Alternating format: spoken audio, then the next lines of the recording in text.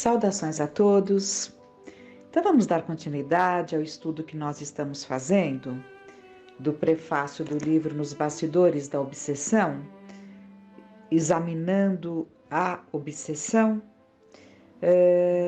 em que nós estávamos vendo justamente quando Manuel Filomeno de Miranda está nos colocando que a necessidade do controle, né?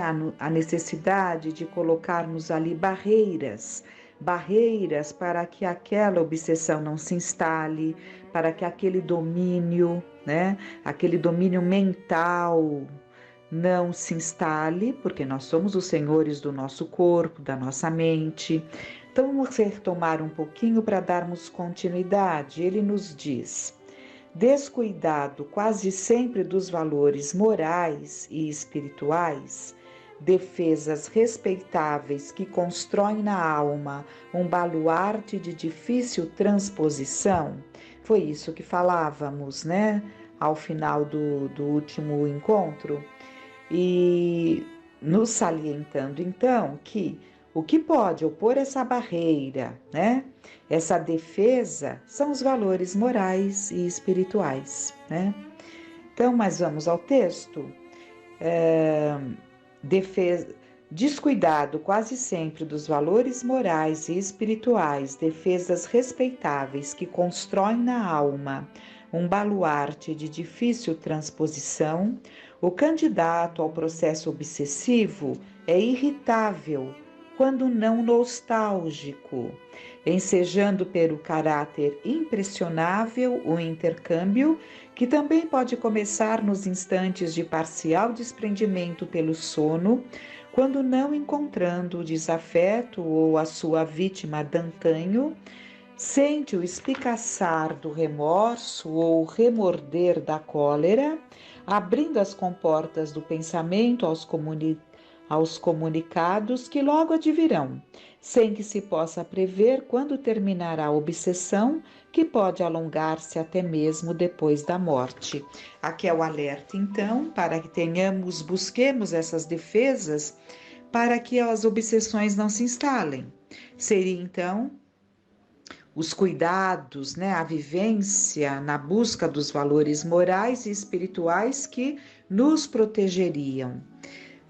E ele ressalta aqui que esse intercâmbio se dá, né, no parcial desprendimento pelo sono ou através, mesmo no estado de vigília, através dos nossos pensamentos.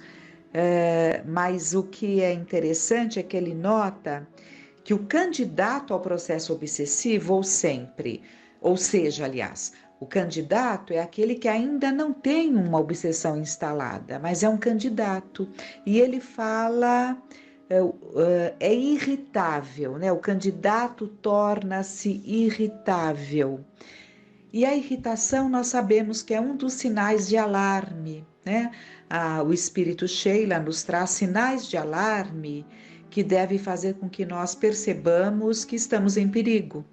E um desses sinais é a irritação. Quando nós percebermos que não é uma irritação ali momentânea, porque evidentemente ainda na nossa condição nos irritamos, né? Aqui, ali, naquele momento, mas momentos. A partir do instante que começa a se tornar uma característica nossa, é um sinal de alerta porque está se instalando ou por instalar-se, quando não instalada, uma obsessão. Então, estarmos atentos ao estado de irritabilidade.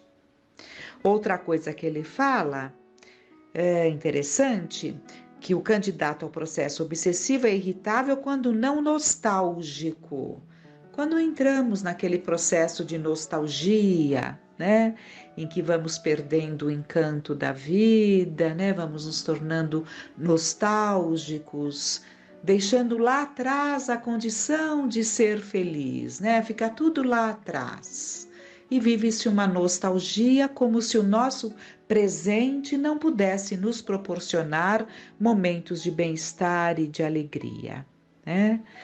Então, dando continuidade, Estabelecido o contato mental em que o encarnado registra a interferência do pensamento invasor, soa o sinal alarmante da obsessão em pleno desenvolvimento. Então, é uma questão de cuidados, porque senão a obsessão se instala. Nesse particular, o Espiritismo, e somente ele, por tratar do estudo da natureza dos espíritos, possui os anticorpos e sucedâneos eficazes para operar a libertação do enfermo, libertação que, no entanto, muito depende do próprio paciente, como em todos os processos patológicos atendidos pelas diversas terapêuticas médicas. Sendo o obsediado um cauceta, um devedor, é imprescindível que se disponha ao labor operoso pelo resgate perante a consciência universal, agindo de modo positivo para atender às sagradas imposições da harmonia estabelecida pelo excelso legislador.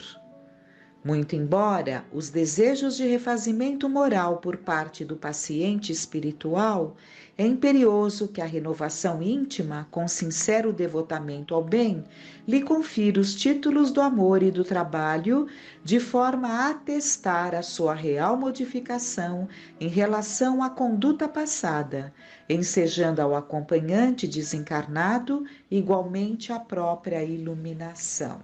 Então, vamos aqui refletir sobre essas colocações tão importantes.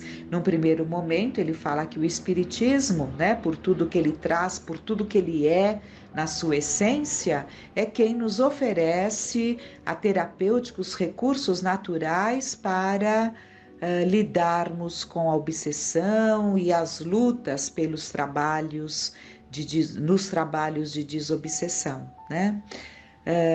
E esse conhecimento, né, que deve ser buscado por todo aquele que se sente nessas condições, para que ele mesmo consiga também favorecer esse processo de desobsessão, porque sem a participação do paciente, como ele chama aqui, dificilmente haverá uma desobsessão, naturalmente. E ele fala também sobre a importância desse desejo de refazimento moral, em que não basta o desejo, é preciso o trabalho ativo. Então, se nós pensarmos ali nos ascetas, né, naqueles que se isolavam para buscar a meditação, né, para buscar ali todo aquele processo de introspecção que tem o seu valor, né, é um treino psíquico. É um treino psíquico em que você se desliga do mundo, busca ali, né, antigamente as montanhas, e vivia ali nesse processo, nessa ligação com Deus. Mas nós sabemos que pode ter a sua validade, evidentemente, num processo de exercício, de aprendizado, né? Exercitando a psique nesse silêncio, nessa conexão com o alto. Mas sabemos que não tem como o espírito progredir, né? Dar continuidade a um progresso nesse processo de isolamento, porque nós só crescemos no contato com o outro, onde somos testados nas nossas emoções, né?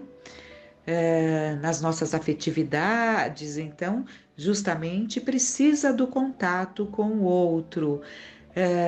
E é preciso, então, aqui voltando para nós, é preciso que essa melhoria não se dê apenas no campo das ideias, porque nós podemos sim começar a melhorar muito ali no campo das ideias, até num controle maior dos nossos pensamentos, um desenvolvimento de um bom senso, que logo percebemos o que convém, o que não convém, que pensamentos devemos dar vazão ou devemos rebater logo de início. Tudo isso se consegue no silêncio, na oficina dos nossos pensamentos, mas é preciso que nessas obsessões se tenha, digamos assim, as mãos na massa, o trabalho produtivo no bem, para que aqueles que buscam nos envolver ou aqueles que nos perseguem tenham condições de perceber mudanças, né?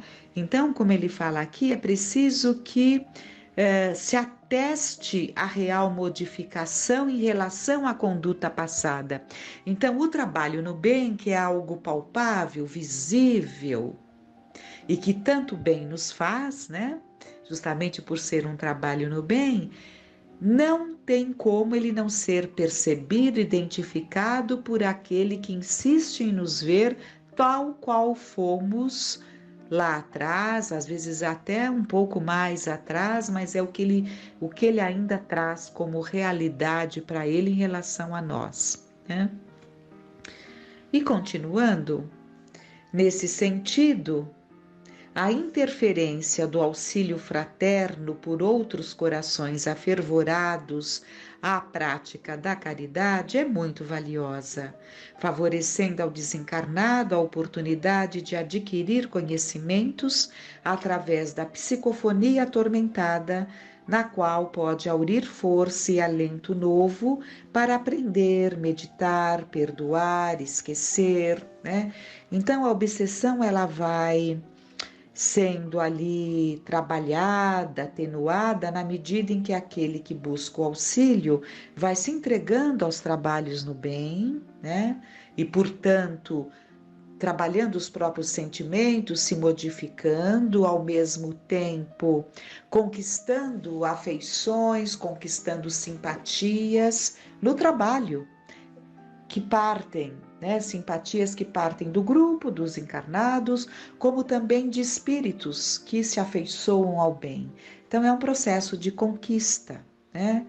Ao mesmo tempo, além desse trabalho daquilo que se chama, né, paciente, temos o trabalho dos médiuns na psicofonia, em que os espíritos obsessores têm ali a oportunidade do esclarecimento, né, em que são levados a perceber-se como espíritos, as vantagens da busca da modificação, da busca do perdão, o mal que ele tem feito, especialmente a ele mesmo, porque quando ele odeia, ele está destilando um veneno que recai especialmente na mente que fornece, né? Na mente que vibra esse veneno. E é justamente, no caso, ele que está vibrando este veneno, que está destilando este veneno, né? Então, ele é o primeiro a se envenenar. E enquanto o que está sofrendo aquela perseguição, muitas vezes pelo sofrimento, está desenvolvendo um processo de crescimento. Continuando. No entanto, tal empreendimento, nos moldes em que se fazem necessários, não é fácil. Somente poucos núcleos, dentre os que se dedicam a tal mistério, o da desobsessão, se encontram aparelhados, tendo-se em vista a tarefa que lhes cabe nos seus quadros complexos. Na desobsessão, a cirurgia espiritual se faz necessária, se não imprescindível, muitas vezes, para que os resultados a colimar sejam conseguidos. Além desses trabalhos especiais, requisitam abnegação e sacrifício dos cooperadores encarnados, com natural doação em larga escala de esforço moral valioso para a manipulação das condições mínimas psicoterápicas no recinto do socorro em favor dos desvairados a atender. Então, numa casa séria, num centro espírita sério, em que, por ser sério, evidentemente a equipe espiritual é preparada e o grupo dos trabalhos na desobsessão são preparados, né? Quando se atinge uma harmonia de mentes voltadas ao objetivo maior, todas esses recursos, inclusive uma cirurgia espiritual, se dá nesses momentos, porque quando nós pensamos em afastamento do espírito obsessor, não é arrancar o espírito obsessor. há ligações obsessivas em que é mais fácil, né? Então, vamos chamar de paciente, né? Como eles falam. O paciente é aquele que está sofrendo uma ação, né? Então, o paciente se coloca ali nas câmaras dos passes, recebe o passe que se dá tanto nas salas de passes quanto no desdobramento de uma sessão. Então, ele toma o passe, é muito comum, o espírito se afasta e ele tem, então, nesse período que ele se encontra ali presente, né, nesse núcleo que ele frequenta, ele tem ali um respirar mais saudável, porque a sua mente fica desanuviada, porque o espírito se afasta naquele momento em que toma-se o passe. Isso acontece muito. Então, durante a sessão, esse paciente, né, ele vai ter a mente mais arejada e mais condições de se colocar num padrão vibratório melhor, porque ele adquire uma lucidez maior, são suas ideias que estão ali fluindo, ele pode se beneficiar do que está sendo exposto, do que está sendo lido, falado, argumentado, refletido, para depois, nos momentos do trabalho propriamente dito, né, ele se entregar àquela introspecção, né, aquele momento tão especial para se colocar em condições de, ao sair desse ambiente, não se coloque de braços logo com aquele obsessor que possivelmente, muito, não tenhamos dúvida, muito provavelmente o está esperando, né? Agora, ele pode esperar, mas ele pode não encontrar campo na casa mental se esse paciente for realmente cuidadoso, né? E entender o que se passa e o que é esperado dele para que se dê a desobsessão. Isso é claro, né? Então, é importante que entendamos a participação de cada um de nós, o papel nosso em tudo isso. Então, o grupo tem que estar muito bem preparado, né? Aquele que vem em busca do auxílio precisa estar desejoso. Mas completando a ideia, eu estava colocando justamente dessas separações que se dão com mais facilidade, mas existem situações em que a ligação espírito e encarnado é tal que precisa dessas cirurgias espirituais melindrosas. Então pensem, alguém que está ligado ali ao outro, cérebro a cérebro, mente a mente, órgão a órgão. O que significa? É perispírito com perispírito. É uma simbiose tal, que fica uma ligação molécula a molécula. No momento de esclarecimento desse espírito, que às vezes nem se deu conta do estrago que ele está fazendo naquele a quem ele obsedia, sem se dar conta de que ele é um obsessor, julgando até que ele está ali para proteger, são esses sentimentos de posse, de vampirização, em que tanto o que sofre o assédio, digamos assim, quanto o que causa, se comprazem muito nessa simbiose. São processos simbióticos, hipnóticos que se dão, em que a ligação é muito forte. Nesses casos, há necessidade dessas intervenções. E no momento quando o espírito ali percebe o que ele está fazendo e passa a desejar, então, uma mudança, essa ligação não se dá de uma forma fácil, que nunca é fácil, entendamos. Nunca é fácil, mesmo nos casos que eu falei anteriormente, muitas vezes o médium tomando passe, ele sente até uma tontura, e ele não entende o motivo dessa tontura, mas foi o afastamento brusco do obsessor com quem ele tanto está acostumado, lhe causa ali aquele momento que a gente chama, aquela sensação que podemos chamar de tontura, né? quando existe ali aquele afastamento. Mas nesses casos que estamos falando agora, mais delicados, é preciso que se dê essa cirurgia melindrosa de desligamento, em que haverá uma grande dor, não só dor moral por afastar-se quando não queremos nos afastar, né? Mas também por esse desligamento que aqui nós chamamos de físico, e lá é o perispírito, esse desligamento perispiritual que chamamos de físico, é uma dor, então, desse desentranhar, né? Porque é órgão a órgão, o que pode ocasionar, então, muitas doenças, muitas moléstias de difícil conhecimento ali para se chegar a uma origem. Mas essas cirurgias espirituais se dão quando tudo colabora, quando tudo contribui para esse sucesso, né?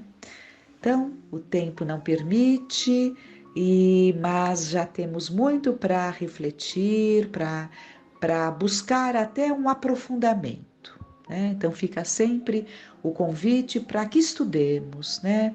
Para que busquemos esta compreensão. Que fiquemos em paz.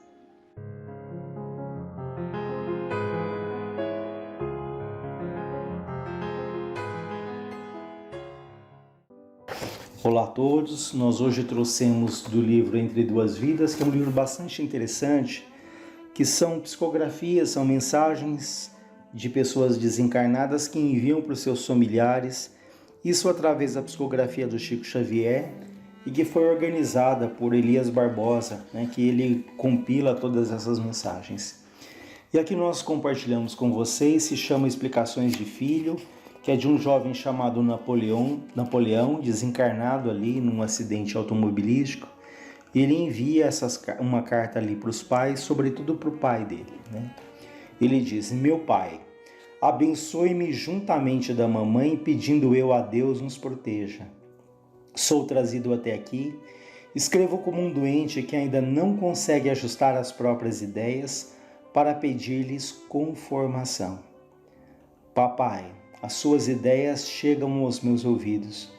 É como se o Senhor estivesse gritando e por isso ainda não pude encontrar o repouso de que necessito para me refazer.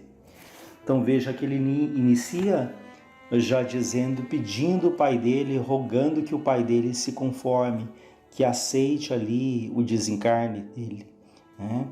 Ele fala que as ideias do pai, as ideias ali, que a gente vai perceber que são ideias de inconformação, até de revolta, elas prejudicam ali a caminhada desse jovem desencarnado. Então é muito natural, sobretudo quando alguém perde um filho, aliás, só quem passa por essa experiência sabe a intensidade dessa dor. Então é muito natural ali essa dor, essa saudade, mas nós temos que tomar muito cuidado para que isso não se transforme numa revolta que permaneça, né? Uma revolta ali que vai ali absorvendo todos os nossos dias, abafando os nossos sonhos, a nossa vida. Então é o equilíbrio, né? De um lado nós temos que viver o luto, não dá para falar que nada aconteceu, né? Nós temos que viver aquilo.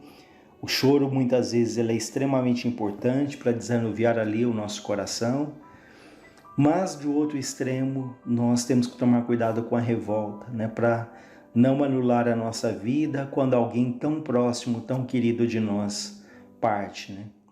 E graças a Deus hoje a gente tem a bênção aí do conhecimento espírita, que nos ensinam que essas ligações profundas elas permanecem, né? Que nós nunca nos separamos definitivamente daqueles que amamos. Então é uma separação temporária, transitória. Se essas ligações de fato são ligações ali de alma para alma, são essas afinidades mais profundas, certamente um dia esse reencontro vai acontecer, mas ele tem que acontecer de uma maneira natural, né? De uma maneira espontânea, nunca desejando ali morrer para encontrar com alguém que já partiu antes, porque isso só cria um abismo entre nós e aquela pessoa que nós amamos. Então ele diz ao pai, para que o pai se conforme, né? Ele continua dizendo: creia, meu pai, nós todos somos de Deus Estamos nas mãos de Deus, se posso dizer assim, em me referindo à providência divina. O que aconteceu a seu filho devia acontecer. Estudarei aqui para mais tarde explicar-me com mais segurança. Não culpe a ninguém. Meu companheiro de viagem é um bom rapaz. Se tivéssemos a aprovação de estar juntos, é porque isso era indispensável. Então veja que ele diz ao pai, não culpe a ninguém, né? Não culpe ali aquele companheiro que estava comigo no carro, nós estávamos tomando cuidado, porque nós podemos depreender que o pai ali, de certa forma, acusava a pessoa que estava dentro do carro, que talvez eles não tomaram os cuidados devidos, que se tomassem mais cuidado, talvez o filho tão querido dele não tivesse morrido. Mas ele fala que tudo o que tinha que acontecer, aconteceu, né? Por isso é que ele fala, o que aconteceu a seu filho devia acontecer, e ele reforça, não culpe a ninguém. Tudo certo, papai, mas em verdade, quem pode prever que manobra será dos outros os caminhos em que estejamos guiando corretamente um carro? E mesmo que a pessoa esteja correta e segura, quem pode garantir a posição dos freios em máquinas dessa que hoje nos favorece qualquer viagem? Então, ainda que nós estejamos dirigindo ali com bom senso, corretamente, estamos sujeitos a encontrar ali com alguém que esteja ali, seja imprudente ou esteja distraído, que não tenha nenhuma intenção de provocar um acidente. E ainda que todas as partes estejam dirigindo ali adequadamente, pode ali haver uma falha mecânica, um freio que não funciona, enfim. Estamos sujeitos a essas situações, mas um desencarne ele somente vai acontecer se Deus o permitir. Não é? Ele só vai acontecer se estiver ali dentro de um quadro de necessidade, de provações, a não ser naturalmente aqueles casos em que nós provocamos um acidente, né? Que pode ali ser um suicídio direto ou um suicídio até indireto, quando nós, sem necessidade, colocamos a nossa vida ali em muito risco. Então, pode ser que nessas situações a gente tenha um desencarne precoce que não estava previsto. Mas nesse caso aqui desse acidente, ele deixa muito claro para o pai dele, né, que não há culpados, que tudo aconteceu como deveria de fato ter acontecido. Ele diz, quando acordei, não compreendia coisa alguma. O veículo me impusera um movimento brusco e somente depois eu vim a saber que havia sofrido fratura na base do crânio. Estou em tratamento. Daquele 22, 23 de maio para cá, o tempo é muito curto. Eu sou trazido aqui para que o Senhor não enlouqueça de sofrimento. Lembre-se da mamãe, da Sandra, de Nora e de todos os nossos que precisam da sua presença. Então, ele fala para o pai, pai, cuida da minha mãe e cuida daqueles que ficaram, porque isso acontece. Às vezes desencarna ali um filho e os pais, eles entram num tamanho estado ali de tristeza, de depressão, que acabam sem forças para cuidar dos outros familiares que ficaram. Ou situações em que o pai ou a mãe começam a super proteger os filhos que ficaram, não deixando fazer absolutamente nada, porque tem medo de que aconteça com os filhos que estão na Terra aquilo que aconteceu com aquele que partiu, que desencarnou. Enfim, os extremos que não são saudáveis para ninguém, nem para nós, nem para os outros que ficaram, nem para aqueles que partiram. Por isso é que ele fala que ele veio trazer essa mensagem para que o pai não enlouqueça ali de sofrimento. Acalme-se para que seu filho consiga descansar. Ajude-me, esse jovem diz. O Senhor foi sempre o meu melhor e o meu maior amigo. Agora contarei ainda com a sua proteção e com o seu carinho para sentir-me mais forte. Reze, meu pai, como vem fazendo a mamãe. A oração é um calmante. Ampare-me. O Senhor queria que eu ficasse para cumprirmos os nossos planos para o futuro, mas Deus, papai, fez o melhor para nós. Eu estaria muito triste se houvesse cometido um crime em desacordo com os ensinamentos e exemplos que recebi da sua vida constantemente, mas graças a Deus voltei para cá de consciência tranquila. Olha que interessante, esse filho quando fala que ele ficaria muito triste se ele tivesse com a consciência pesada se ele não tivesse seguido os conselhos, os exemplos do pai. Mas ele fala: pai, eu voltei com a consciência tranquila porque sempre segui ali os seus ensinamentos e os seus exemplos. Se pudesse, pai, eu teria permanecido em sua companhia e na companhia da mamãe. No entanto, as razões da vida espiritual devem ser respeitadas. Nada sei senão que sofro escutando seus pensamentos agitados. Não guarde revolta, meu pai. Aceitemos as leis de Deus. Prometo, quando souber os motivos pelos quais devia fazer aquela viagem a Perinópolis. Então, esse acidente foi numa viagem a Perinópolis, né, lá em Goiás. Ele fala que promete que quando ele tiver detalhes, quando ele compreender melhor, ele dá mais detalhes. Por agora eu peço calma e paciência. E, sobretudo, a cessação, o fim de qualquer pensamento de suspeita sobre o companheiro que tudo teria feito para salvar a minha vida. Então vejam que uma vez mais ele pede ao pai: pai, não tenha mais suspeita sobre o amigo que estava ali envolvido no acidente. Não alimente esse pensamento. O tempo passa, o Senhor e a mamãe não me perderam. Aqui a vida continua e quando tudo estiver reharmonizado, voltarei para cooperar com o Senhor em todo o trabalho que Deus nos deu para fazer. Perdoe-me se não atendi a sua prudência quando me falou sobre a inconveniência do passeio. Acho que o pai deve ter comentado: olha, filho, cuidado. Não, talvez tenha falado para ele não fazer aquele passeio, né? Não foi rebeldia nem desobediência ao seu carinho. Eu julguei que tudo daria certo, mas deu certo de outra maneira, da maneira que as leis divinas julgaram como sendo a mais justa. Essa expressão é bastante interessante quando ele fala: eu julguei que tudo daria certo, mas deu certo de outra maneira. Ou seja, do ponto de vista espiritual, do ponto de vista ali da justiça divina, aquilo não teve nada de errado. É aquilo que estava dentro de uma programação, né? Um aprendizado ali doloroso, mas um grande aprendizado para esse jovem, para esses pais ali, por uma experiência tão dolorosa, mas que trazem ali, se bem compreendidas, um amadurecimento espiritual, uma compreensão muito maior do que significa a vida, essa compreensão de que a vida continua, de que nós nunca estamos sozinhos, de que nós nunca nos separamos dessas pessoas que verdadeiramente amamos. Então essas situações tão dolorosas, elas têm ali o objetivo de trazer essa lucidez, essa maturidade, e que o espírito sai depois daquilo ali mais fortalecido, mais preparado para existências ali, até de mais serenidade por essas experiências que a gente um dia vai saber o porquê que elas aconteceram, né? Tudo tem ali a sua razão, tudo tem o seu motivo.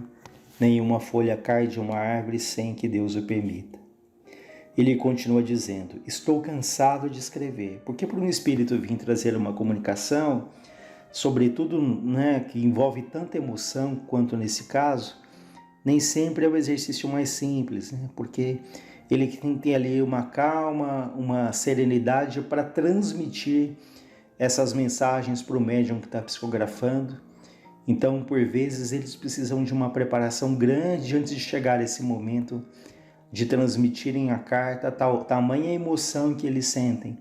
Assim como sentimos uma emoção muito grande quando eventualmente recebemos uma mensagem nesse sentido, para eles também é uma emoção muito grande de estarem ditando essa carta e transmitindo ali para que o médium escreva a psicografe, né?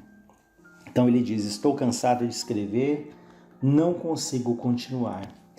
Peço-lhe com lágrimas para viver e ficar tranquilo. Lágrimas de emoção e confiança, né? Ele fala que ele está tendo ali pela oportunidade de falar escrevendo. O vovô Ferreira, seu avô e amigo de todos nós, está aqui comigo. Então vejam, um avô do pai, já desencarnado há um bom tempo, estava ali ajudando esse jovem. Com ele, né, com o vovô, muita gente boa está me amparando. Apenas eu não posso grafar as minhas ideias com a clareza e a segurança que desejava. Ou seja, ele não consegue ali, naquele momento de tanta emoção, transmitir as ideias com tanta clareza, Por isso há ali o avô do pai, que seria um bisavô para ele, né? E outros amigos o ajudando, o amparando para que essa mensagem fosse transmitida. E é muito natural um desejo nosso de receber uma notícia de alguém que partiu, mas a gente sempre fala que o telefone funciona de lá para cá, né? Então é um desejo natural e alguns recebem, outros não, né? Mas aí a gente sempre coloca nas mãos da espiritualidade, né? Quando esse espírito, se for mandar um recado, quando ele está preparado, qual é o momento mais propício. Então é natural esse nosso desejo, mas a gente sempre coloca na mão de Deus, então, se vai acontecer e como, em que condições isso vai acontecer, né? Venho só para pedir-lhe o socorro da sua conformação e da sua paz, que me devolverão o equilíbrio e a harmonia de que estou precisando. Não se aflija com a observação da tia Lida. Aqui uma tia que tinha sonhado que esse jovem trazia para ela uma rosa amarela, e na viagem ele tinha ali uma rosa amarela dentro do carro, né? Então ele fala para o pai não se impressionar, né? Ele fala, eu trazia comigo no carro uma rosa amarela e queria dizer que não desejava ver os meus queridos familiares plantando angústia no coração, mas estava com tanta dificuldade para me exprimir como eu me sinto agora. Papai e mamãe, compadeçam de mim, não chorem mais, ajudem-me. Preciso muito da calma de todos. Agradeço o carinho dos nossos amigos daqui e daí que nos guiaram para esse encontro. Até mais tarde, papai. Com o senhor e com a mamãe e também com as meninas do coração. Sou o seu filho reconhecido, Napoleão. Essa foi uma mensagem transmitida em Uberaba, né, através do Chico Xavier, em 7 de julho de 1972. Então fica aí esse aprendizado para que guardemos sempre na memória os momentos alegres, felizes dessas pessoas que partiram. Evitemos ali uma imagem da pessoa, às vezes entubada no hospital ou machucada num acidente. Temos ali a foto de um momento feliz, né? Porque essas lembranças felizes, essas lembranças amorosas, elas são boas para nós, e também para aqueles que partiram, que quantas vezes, como no caso desse jovem, estão ali sentindo também aquilo que pulsa no nosso coração, estão também sentindo a nossa dor, a nossa tristeza, a nossa revolta. Então peçamos muito a Deus que nesses momentos difíceis nos fortaleça, nos ampara, o nosso espírito protetor, e também para que esses companheiros que partiram, sobretudo esses entes queridos, esses familiares, eles possam caminhar em paz, né? Então que Deus nos envolva hoje e sempre.